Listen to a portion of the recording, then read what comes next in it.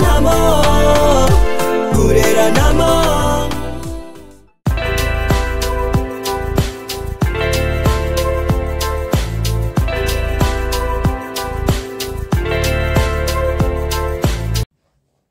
Bonjour, bonjour, bonjour. Mbote mingi na bine situ ba bolinga maman Elianitu na pesibino ba mbote ba ebwe ma vie puis moko wazima. Est-ce que vous allez bien? De mon côté, tout va bien par la grâce de Dieu. Nzambe mawazo ba telekimi ezali et vous de votre côté c'est comment? Est-ce que vous allez bien? So vous allez bien Nzambe azolokum. Ce qui peut mutaza malamu te Bible na circonstance nyo soto comme Nzambe to pese merci. Tozaka na elikia na kondima ki tout ira bien au nom de Jésus-Christ de Nazareth. Merci mingi na bine situ ba bolinga maman Elianitu. Merci na bino nyo surtout o bo considérer émission Maman Elianitu. Merci na ba o bo benga kangai, o bo pesa rapé ba conseil, o bo sepelaka na musalo yonga na sala en tout cas. Je ne vis que de votre amour. Bo continuer toujours boyende ko sezamba liboso okutani na nga na za Maman Elianitu na saka musala na nga oyo ya préparons-nous pour le mariage. Émission na ngai ezalaka pona ko talisa na bana na biso oyo bakotina na ndako ya libala te o bazokende ko bala ndenge ni ba ko vivre vie na bango marital, vie de couple neni ba ko vivre ya malamu mais ezaka pe daka pe ba o déjà baza na kati ndako ya libala po on apprend tous les jours o baza na kati ya mabala baza pe na posa ya koyekola. Merci beaucoup na bande ko nyo surtout o ba accompagnaka Maman Elianitu. Alors soko za abonné te na ko senga na yo o s'abonner na Elianitu TV. Soko aussi ko s'abonner ou activer cloche de notification pour que vous allez notifier à chaque fois que émission ya sika ekokota na kati ya site na biso. Nalobaka boye soko za mutokanda kotala ngate po ko sepela na yo na ngate. Soko za mutakanda kotala ngai te po okosepela na yo na ngate. Bonne année 2023 na bato nyonso surtout na bandeko nyonso. Bonne année na bino nyonso surtout. En tout cas, bonne année na bandeko nyonso. Ma famille du cœur na benga kabino famille du cœur parce que vous êtes ma deuxième famille. Yango na benga kabino ma famille du cœur. Bonne année meilleure vœu na famille du cœur bomoko. Bonne année meilleure vœu na grand prêtre mère Maman Aliane, Maman Alia, Maman Alidor, la maman de notre star Didiston Nike, Didiston Olo Midi. Meilleure vœu, bonne année à toi, Lauriane Malolo, Lauriane Mouite, je te fais de gros bisous. Meilleure vœu, bonne année. Bonne année à toi, mamie chérie. Mamie chérie, moi, Mikole Bele, Kamata Babisu na yo, bonne année. Bonne année na maman na biso Maman Laure Mbongo. Bonne année Maman Laure Mbongo. Bonne année na yo, meilleure vœu na yo. Et puis na kati na équipe na yo mobimba pour banzembo mikolo na équipe. Na koyekola. Na koyekola ngo banzembo na équipe en tout cas. Inspiration ezaka kana moni mosele keka. Kitoko bonne année, bonne santé na maman Micheline Chabani. Maman Micheline, bonne année na yango wana. Maman Micheline Chabani, bonne année na yango wana. Bonne année à toi ma chérie Deborah Luando, maman ministre. Je veux dire Deborah Luando, moi c'est un ministre. Et on a pesi mes respects na papa Guy Luando. Mokonzi ba respect na yango wana ba meilleur vœu bonne année na yango wana na papa Guy moi j'invite les toya mokonzi wana na kati ya présidence. En tout cas meilleur vœu bonne année na bino. Pourquoi pas na Katumbai ya bata mama Agnès ba bonne année na bino yango wana meilleur vœu makolo eza na nzela kala mingi te makolo eza na nzela. En tout cas merci beaucoup on ezaki pour na présenter na ba meilleur vœu na bandeko o ba portanga na cœur nde bino ba portanga na cœur ndenge ba portanga pe na kati ya mitema na bango to kende ko sola mo mukende nga boyebi mingi Maman Elianitu na sola kana bino makambo oyo etala makambo ya famille, makambo ya foyer, makambo ba couple yango nde oyo mingi to sola na kati ya Elianitu TV. Soki ata moto dévier mo mketo kende pe na moi kota ba polémique le kwa pe banenga mususu mais to tourna katozonga toujours na kati ya concept na biso ya préparons-nous pour le mariage. Voilà, et le retour sur la lelo na kanisi mikolo nyoso na bande ko solo naza ko la kisabana na biso ya basi ndenge nini mwasi okoki na la kisarabino depuis ndenge nini mwasi koko za ndako nazo lebela mingi mwasi ko azaka munoko tant le bela kabino bongo mo bomona kaka mama zoloba na ye mama zoloba bande ko na ebisino ki makambo na lobaka même ata 5 personnes batali mais ekota bango na matoi ezala basi ezala mibali ekota na matoi siko na lobaka ki émission ngeza rapona ko bebisa te mais ezala rapona ko bongisa poto mona ya penza ko vanda boy na rapona bebiselo ko mokote na ya kande pona ko bongisa eza na mwana na ngamoko wa mwasi abengi to ko so makambo mibale to ko so la makambo oyo etali babokilo ya ko kabela bokilo ma fille yo mto benga nga na pseko na ko peso réponse dans la vidéo makambo o etali kokabela bokilo na makambo oyo etali respect na kati ya ndako ya libala makambo mibale yango wana tokosani tokosolola tokobandana na makambo oyo etali respect avant tokenda makambo ya bokilo mwana wa mwasi ayebisingaki mama Elia Nitu on donne ce qu'on a na ndimi yango eza ya solo parce que mama na biso na kati ya ndako na papa maman elle prend toujours le devant na kati ya ndako na papa mama na papa bazalaki bato ya koswana mingi wana makambo ezaka awa na mboka France mama na papa bazalaki bato ya koswana baswanaka devant biso tomonaka nde baswanaka batiraillement na bango koswana surtout mama munoko papa pe munoko ceux qui maman lobi papa lobi maman lobi en fait on est grandi comme ça dans le querelle des parents on était habitué avec ça à chaque fois bakoswana swana na bango on était habitué avec ça na ba querelle na bango eza makambo oyo to mesalaki na biso papa na mama baswanaka mais malgré leurs disputes ils sont toujours ensemble donc couple na bango ezaka toujours ensemble malgré que baswanaka pamba koswana air nyoso pour un petit rien koswana en tout cas ndako na biso on est grandi vraiment dans le bruit hein? On est grandi dans le bruit en tout cas mon père et ma mère en tout cas eux deux là chauffaient vraiment la maison mais la personne qui avait beaucoup plus la bouche c'était notre maman avec une alors comme j'ai vécu des choses comme ça, maintenant que je suis mariée, je suis chez moi, j'ai ramené un peu le côté de ma mère, de vouloir dominer mon mari. De vouloir dominer mon mari. Donc, si moi je dis quelque chose, il doit exécuter, même si ce n'est pas sa volonté, même à talingi bongote, mais nga soki na lobi, na zo lingaye à exécuter parce que ça s'est passé comme ça entre mon père et ma mère. Pour nous avons dit que ce cap maman lobi, mon papa, abandon c'est le côté abandon ça bon alors ce côté là de ma mère j'ai ramené ça dans mon ménage moi un peu dans kaka alors mon bal n'a épée ceux qui te bandit discussion te bandit discuter lui c'est quelqu'un qui parle pas beaucoup sur moi discussion hier aloba mingité mon appel konga na lingi atiki to sale au kama na lingi atiki to ça moi j'aime pas comme ça dès que je me pose en tout cas ça y est c'est bon lui vraiment il va s'incliner faut qu'à ça la oyonga na lobby. Côté wana vraiment j'ai hérité de ma mère.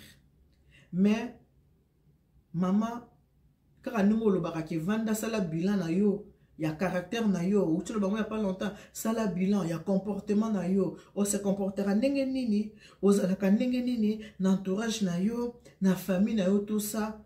Maman émission wana, mon mari l'a regardé, il m'a envoyé les liens de ton émission. Moi, je n'avais pas encore vu qu'il avait fait une émission sur ça. Lui, il m'a envoyé les liens, j'ai regardé. Nayoki, j'ai tout entendu dans le lobby qui est moi si ton mobile, il faut s'examiner, tel comportement nayo, se comporter nini, ça là vraiment bilan et comportement nayo. Tant on a telle émission, nayoki makambo au lobby, na se sentir un peu, na sali peu moi bilan nanga ya comportement, na tel un peu nenge na zalaka, na ça un peu déjà un peu chaud, mon mari a ça moi za calme, nga na genre bateau bazalaka chaud. Après, il m'a fait asseoir, tu vendu, tu sola abi. Est-ce que tu as bien émission on a outil côté de la yo? Oui, Nathalie. Alors, je te demande de faire le bilan de ton comportement. Ça là, un bilan de comportement, na yo, on se comportera n'enge nini, on zalaka n'enge nini. Ceux qui ont sali bilan de comportement, n'a pas sali bilan de comportement, tu vas vendre dialoguer parce que dans un couple, c'est toujours le dialogue. On nous demande de dialoguer. Un couple sans dialogue, c'est un couple mort, c'est un couple foutu. Couple fait un dialogue. Voilà mon bal est na moi sinae. Ok. Moi c'est à vendre. Abi bon, je suis prête to ko solo là. Mon bal a lobby. Est-ce que ba défaut na yo? Au monde ba défaut na ozavanango. Moi c'est abi non, moi je vais pas aller sur 4 chemins. Dis-moi c'est ce que tu as à me dire. Si tu as des reproches à me faire, tu peux me le faire. Vraiment, je suis prête à entendre tout ce que tu as à me dire. Mon bal a dit que ça lobby tu sais. Nga naza na muto douceur. Oyebi yango pia na muto douceur. Na linga kabaje makasi te. Je ne me suis jamais battu depuis que je suis sur cette terre. J'ai grandi avec mes frères et sœurs. Oui, des petites discussions. Ils ont raté na kati ya bande kosobo okola. Mais yo façon yelanga ou yela makamuko ya koswana un jour et moi un jour maman la kanga ki kotuna kanga ki na bilamba. Abi moni mukolo kanga na bilamba. Mukolo wana na zeki na kanda moko okoko yebate. Mais quand on a la mélacango, en fait, si je peux te dire quelque chose, je ne suis pas trop vrai avec toi, c'est moi aussi. Caractère, on est là comme hypocrite. Mon bal est moi aussi. Caractère, na yo, et c'est là comme hypocrite. pourquoi on est hypocrite? Et là, quand ceux qui t'ont souligné dans la ligne, son amour ligne en kaka, oui, na zone dima, mais moi na ligne au fond du moi, au fond de moi la ligne na ngate, mais na zone ça la cara pour tout vendre kaka. Mais à partir d'aujourd'hui, bah comportement oyo, si ça continue, ta grosse bouche wana, nokono wana, ndengo linga ko suana, ou lingi ko suana, ti crie beaucoup, ti am crier, ngai, biloko na linga ngote. Nde balbaka faut être patient dans le mariage, yango na oza la patient. Mais ba vie makambo ko ganga ningo ganga ka ganga ka wana nga biloko na linga ngote. Parfois toi tu penses que tu me domines, non, o domina kangate. Na tika kananga kaka parce que na pesa ko chance que tu vivre parce que je ne me suis pas mariée pour divorcer après. Yango mo ki to vandaka. Mais un conseil, landaka makambo o mameli ni to lobaka. Et servir, yo ce que servir yo te na ko regretter ma casse. Parce que quand la maman il y a un nid, même si on ne la connaît pas, on la voit seulement à la télé. Sa façon d'être, sa façon de parler. On voit c'est quelqu'un de bien. On a dit, ah, merci pour notre fleur au bois kelinga. Même si mon ami, en tout cas, merci pour notre fleur au bois kelinga. Donc, moi, la mobile a réclamé que au lingi koganga trop, osa agressive, nga naza agressivité. Tu es trop agressif. Olinga ko agressenga, olinga oganga gangaka, olinga ko ba décision, olinga ko le devant na makamunyo surtout. Et moi j'aime pas comme ça. Et comme ça un peu hypocrite. Or j'aime pas l'hypocrisie. Il faut tout vivre comme il faut ça la vrai. En amour il faut être vrai. Moi s'il faut ça vrai na mobile il faut ça la vrai. Na moi c'est meilleur comme ça hypocrite. A tel qu'on a la limite na zotika pourquoi parce que j'aime pas qu'on se dispute. Tu aimes trop de disputes et moi j'aime pas comme ça.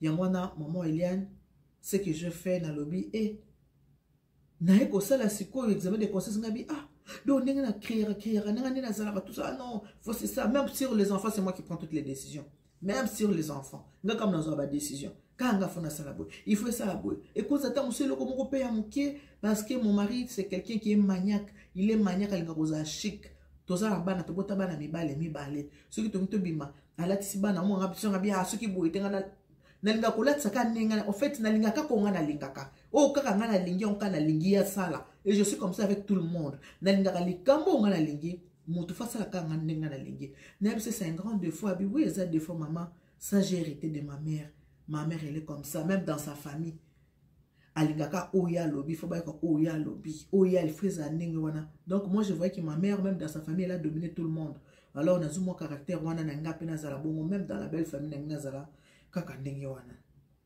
mobali ayebisinga lobi donc mobali ya mwana nanga na mwasi ayebisinga lobi en tout cas nazopesa yo conseil pe chance que ko continuer boye te so ko continuer boye nga na ko changer mobali kuta bandi ko pese ba conseil et pour ayebisi il faut beaucoup regarder maman Eliane talaka maman Eliane elle n'est pas dans les polémiques asaka ne ba émission sur le mariage asaka ba émission na culinaire. Donc, au talaka ye mingi et pour aider yo. Yangwana na lubina benga yo mama to solo de 1.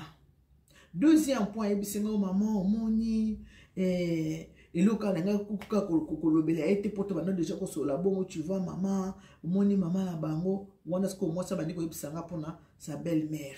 Oh moni belle-mère nanga maman nenga za wana po belle-mère na ye alobi ke ye akabela ka belle-mère na ye nakabela ka belle-mère na ngai mo na somela ka ye liputa na somela ke na fin de l'année boye na sela ke ba course na somela biloko kolia parce que na talaka dans l'une de tes émissions le baka ke na fin de l'année il faut ko yebaka ko pesa ra moi bo kilo mo eloko kolia mo liputa tout ça boye na boye en tout cas maman na koma ko sala mo de pour le baki na somela ka belle-mère soit to na fête de mère na somela soit na somela parfum soit na somela liputa na fin de l'année au moins na somela biloko kolia na somela ba loso ba semo tout ça ba pono na ki ko tikela na fin de l'année mais année oyo na sala ya moté parce que belle-mère na ngai na moneta complotaka na mobile na nga belle-mère na ngai en tout cas dans mon aki aza vraiment nanga on dit mutu moko abaya na yenga ye mutu azoloba ndi mutu moko abaya na yenga belle-mère na nga yango na année oyo na sali nini na pesiete wana zo expliquer ngai yango na année oyo na pesiete na ebisenga abise ma fille belle-mère na yo aza na âge nini Abi na belle-mère nanga. Elle est jeune à 60 ans. Ngabi ana 60 ans. Ça fait combien d'années yo zana mobile na yo? Abi ça fait 6 ans. Nathalie Sienga abi bon moutazana 60 ans. Yo libalo sali kaka 6 ans. Est-ce que au lieu si penza belle-mère wana? Belle-mère a 60 ans. Yo au sali kaka 6 ans na mwana na ye. Au kanisi moi parfait na yo. Moi liputa na yo. Oza kope sa belle-mère.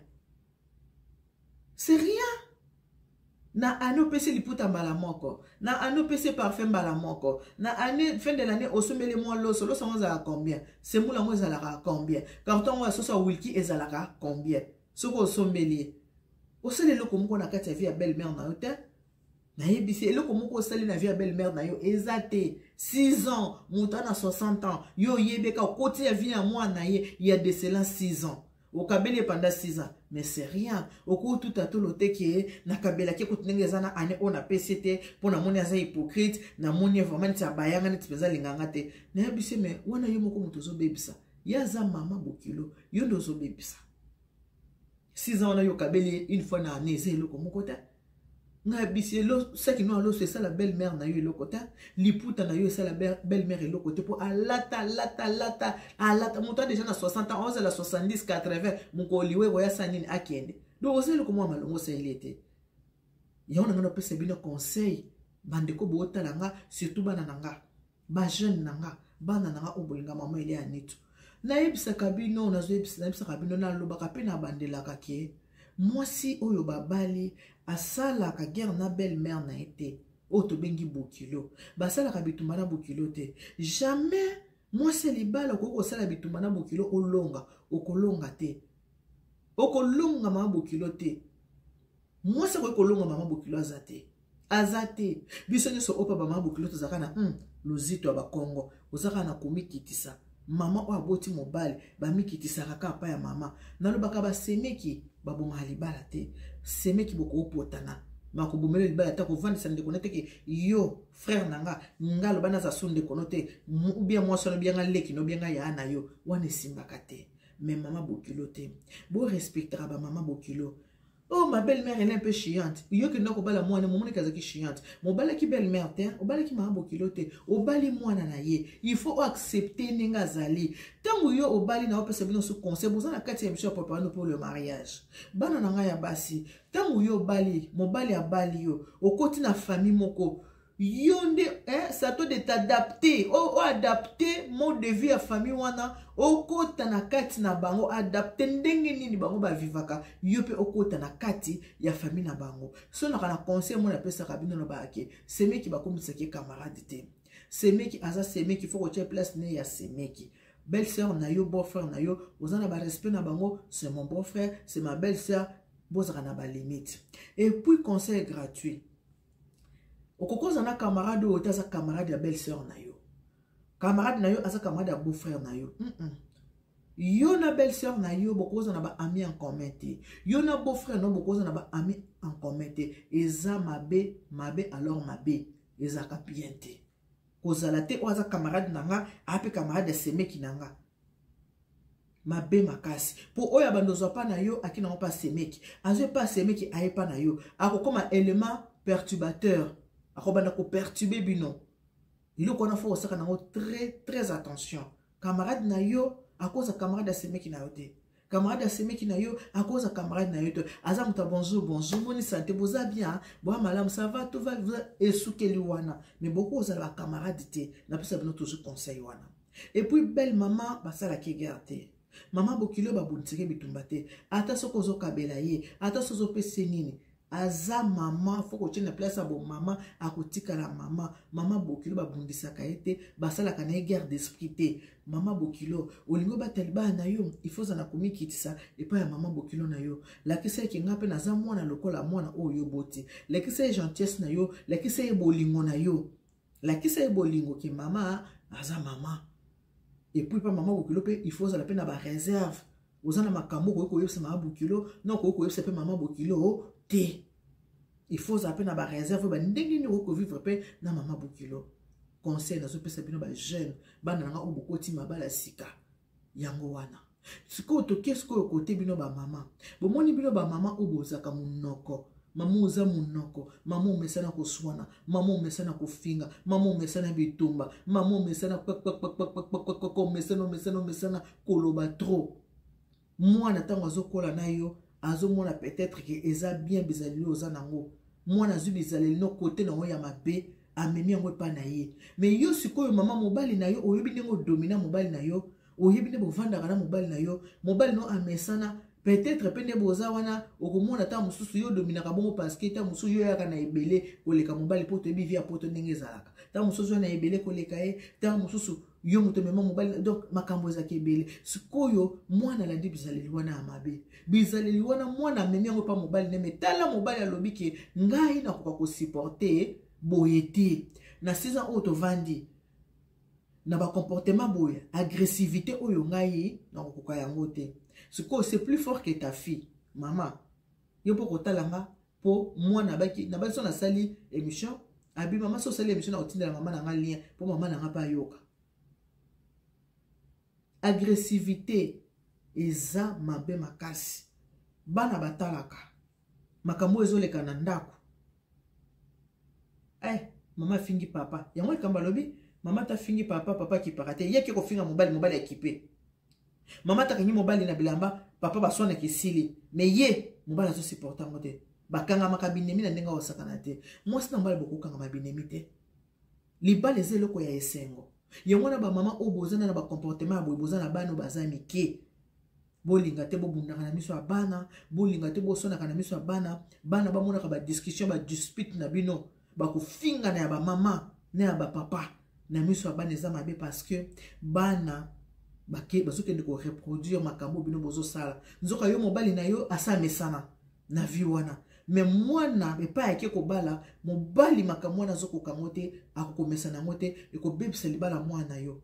Loblebe ko mwana kabwana mobali azosi mobali musu parce que mobali nso linga kimia mobali linga mwasa mun côté. Tout qu'on peut mwasa linga kate mobali afinga ke mobali pa linga te mwasi oyo afinga ke.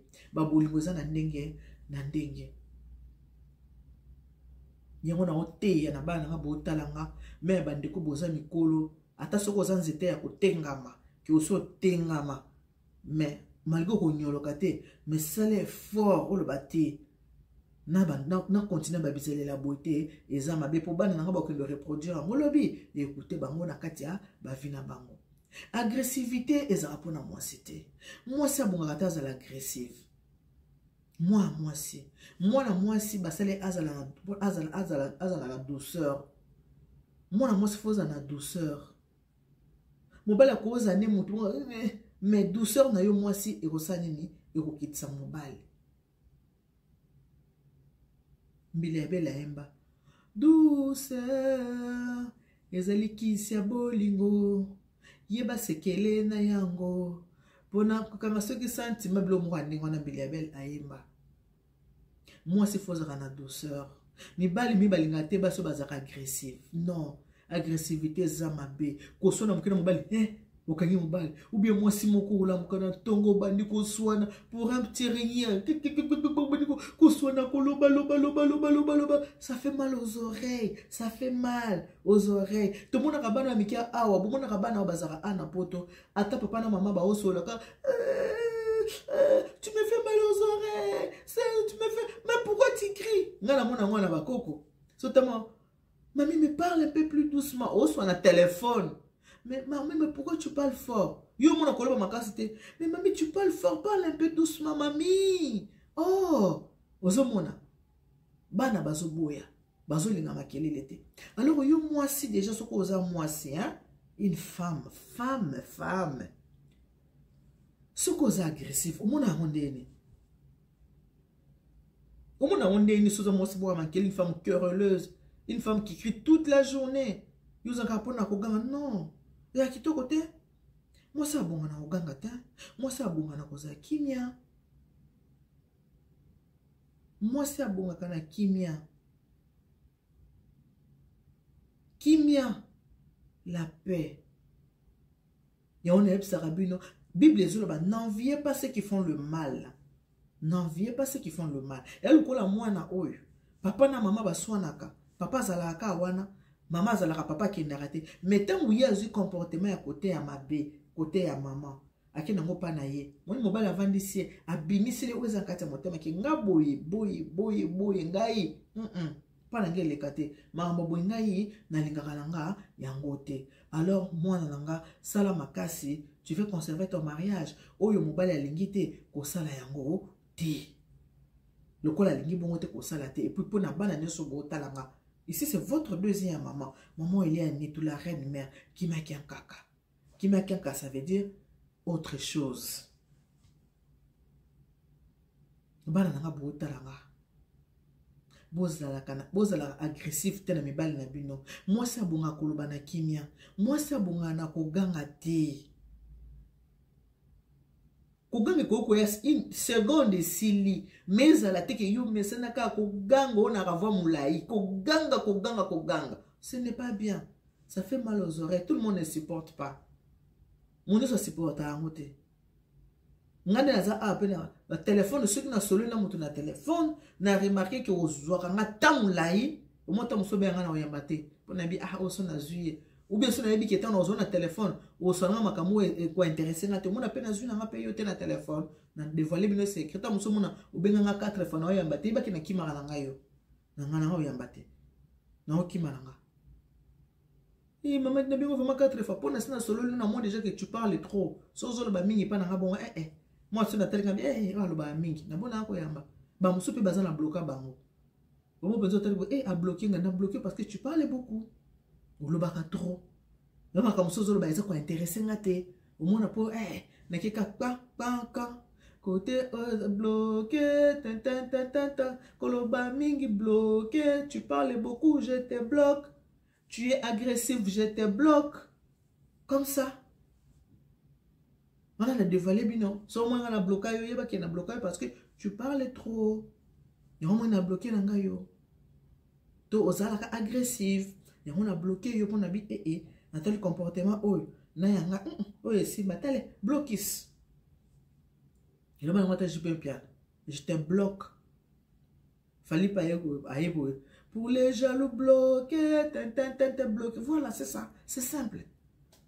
Voilà conseil nanga na pesa bino na bana nanga o bozo talanga bozana na ba 2 ans de mariage 3 ans de mariage 4 ans 5 ans ceux qui n'ont vendu 10 ans na kati ya libala te yeba ko badozaka na mwa bitumba problème yo nde fo yeba ko gérer na pesa bino ke libala simba makala mwasi yeba ndinga ko gérer mais na lobi pete ki na kati ya libala ceux qui ne mobala zonyokola yo azobeta yo asalo mabe okufa na libala. Je n'ai pas dit ça. Na lobi te ki ceux qui mobala za ko nyokolo na ndako ya libala kufa ka po eza libala na lobi bongo te. Na lobi yo moto ceux qui yo moko otali côté na yo otali problème na libala bité ngana a problème poza na basi mususu ndako ya libala comme tribunal chambre à coucher comme tribunal olingoli akangi elongi boya basi mususu alambi après ce bloc akolia elongi akangama mais maman yo zui 1 heure du temps 2 heures du temps olambi au servir mobile tant après ce bloc akangi elongi pour l'année hier moi je n'avais pas compris il y a quelqu'un qui t'avait appelé tu étais parti discuter avec yo pesi mutu bloc akolia obandi osala ba reproche akolia les soutien a petit kimaka et le bien nango jeune fille a pesi nga rapport le bien maman et pas na mona ki mobile nga zo linga ba comportement na ngate papa ezaki na ba soin na maman papa koti na cuisine ali na ye mais ye ce qu'on a agressé ye ali akate a solisanga pété okomona nga moko lusina ke ko sala nini na ke ko bondela ye ça sert à quoi au cas problème au moins na bondeli soko azobo na bandi kolela faiblesse na bino yango wana. Yo moko luki makambu obandi ko bondela mobali obandi ko lela maya miso le kita tana makambu so tana makambu ko lela nzambe obandi ko kitira mbali maya miso tu sais je sais pas ce qui m'a pris pardonne-moi sans toi je ne peux pas vivre tu sais tu es l'amour de ma vie je suis la mère de tes enfants obandi ko lela yo moko luki makambu mobile tango bouddha soki na mobile obandi kolela ça sert à quoi ya koluka makambo pour mobile ya kosilika yo ko bonde lo bandi susu kolela ça sert à rien boyo kakamate ya bapesa rapidement même si c'est plus fort que toi mais il faut faire un effort mais quand ça la effort ya kosala ndenge monenga lingi c'est important yo pe sozo mona makambo pa mobile alingi te yo pe ba debisa mobile avec tendresse et douceur que papa, ngando mela masanga matina mbetu j'aime pas, nengo fima avant qu'on matana mbetu j'aime pas, je ne supporte pas l'odeur de cigarette, je ne supporte pas quand tu bois beaucoup comme ça m'indispose papa s'il te plaît. Tu peux boire après avoir commis là, tu te brosses les dents après qu'on matana mbetu. Ezate kaka au monde me na ba masanga no wana ndongo zulia na ba makasu no wana so se ko matela na mbetu ndenge wana yeba ke na lingi ya ngote so ki tantu ka le ngana kela na chambre bana o meli ba masanga na yo o meli ba makasu na yo o ya ko matela ngana kela na chambre bana mobali pala se ka mobali kela no na chambre bana na hakuna te. Alors bana na biso oyo biso ba mama to sala ya ka ma be bino bana na biso bolanda ka yango te bosala ya malamu libaleze loko ya esengo libaleze loko moko ya bien ko vanda malamu so bozo vivre bien ezaka malamu oyebi stress ebomaka so ko zo vivre na ba stress okomi pesa maladie moko boyo moko maladie du cœur et utaka na stress so ko za stressé okobela motema okufi okei moto tanga kufa ye moko ata mapasa bota mokolo moko même mokolo liwa moko akendaka mosusu alandaka babela mona wa moto mfo bateleja so bazote ya mona moto azanga bomoyo zanga baboti profitez pe na matin à votre deuxième maman Elia Nito, de gros bisous à toi pour moi de mon cœur maman Eugénie mon gars ya mette na bata papa et deux diawakana je te fais des gros bisous ma jolie je te fais des gros bisous à papa Anderson. Je te fais des gros bisous, ma jolie Sylvie. Kamata ba bisous à moi. Ma Jackie, notre infirmière. Ma Jackie Wassilabo, je te fais des gros bisous. Dina Moda la mer d'or. Kamata ba bisous na yo. Maman Deline Bas, je te fais des gros bisous. Clarisse Kongolo, mon antuka kamata ba bisous na yo yangoana. Mami Kadi maman si amundo ba bisous na yo yangoana. Matiti l'angolaise, je te fais des gros bisous. Katika Pesa, ma petite sœur chérie, ba bisous na yo yangoana. Pour na lelo to suki wana. Ce qui m'a té nanga otali yango omoni yango eza bien et que ozana bana bazana mabala même pe ona babalite bazana envoyer les bala baza déjà ba fiancé kamata vidéo otindela bango bayoka ekoki ko songa ekoki ko sauver ata couple moko. Que Dieu vous bénisse. God bless you. Mungu anobariki. Tatanza mkalusa kumuna nzamba nibeshanel bana betu. Bisous. Bye bye.